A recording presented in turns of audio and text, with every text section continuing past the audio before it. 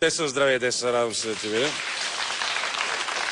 Здравей. Какво остана неизказано при последното ти посещение? Чакай, не каза хубава жена, това онма. Тя е малко по-секси от тебе, даже. Кой? Моля. Аксинья! Моля. Моля.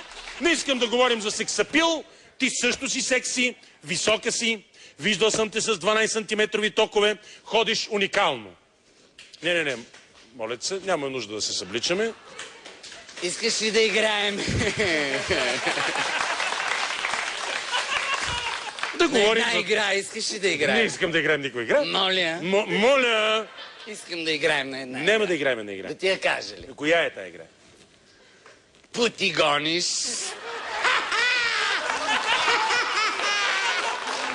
Хвани ме, де. И освен ползашком, няма как друго. Ела сега и седни тук. Те запознай ни с този вопъл на твоя поетичен дух. Моля те. Айде да играем. Моля те.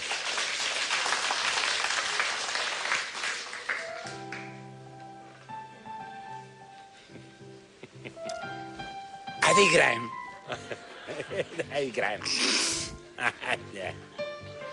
Айде.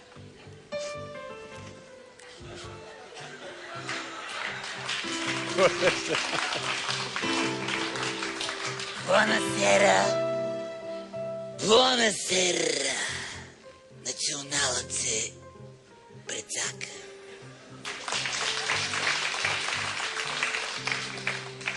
Те 90 минутки се държаха като младежки отбор.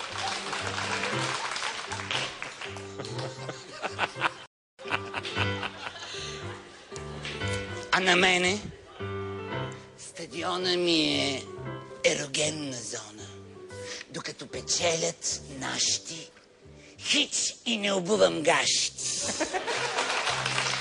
Всеки гол в мрежа чужда мене страшно ме възбужда. Даже и да не е в мрежа, що ме гол си ме урежда. Но ако отбора губи, няма мъж да ме налюби. На всички топката е крива и забравят за моята душа. Да.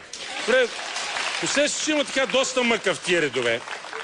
Наистина ли толкова те разстрои загубата на нашите снощи? Моля? Дали наистина те разстрои толкова много загубата на нашите снощи? Да, даже мислех да посветя едно стихотворение специално на треньора ни Мари Стоилов. Да. Но то трябваше да почва така. Кажи ми, Мари, кажи ми, брате, как е бате, как е бате? Добре, И тук ще си призная, че ме обхвана творческо безсилие, защото не се сещах за друга рима на бате, освен елати. Елати. Добре, нищо ли не носи радост и положителни емоции? Не може всичко да е толкова черно, така мисля аз. Що да не можеш? Какво му е на черно? Черните са готини. Аз имам опит, поетичен, разбира се.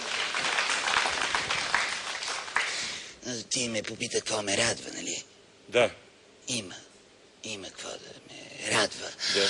Ако футболистите ме така оставят незадоволена, духовно, разбира се, то волейболистите много ме радват. Да.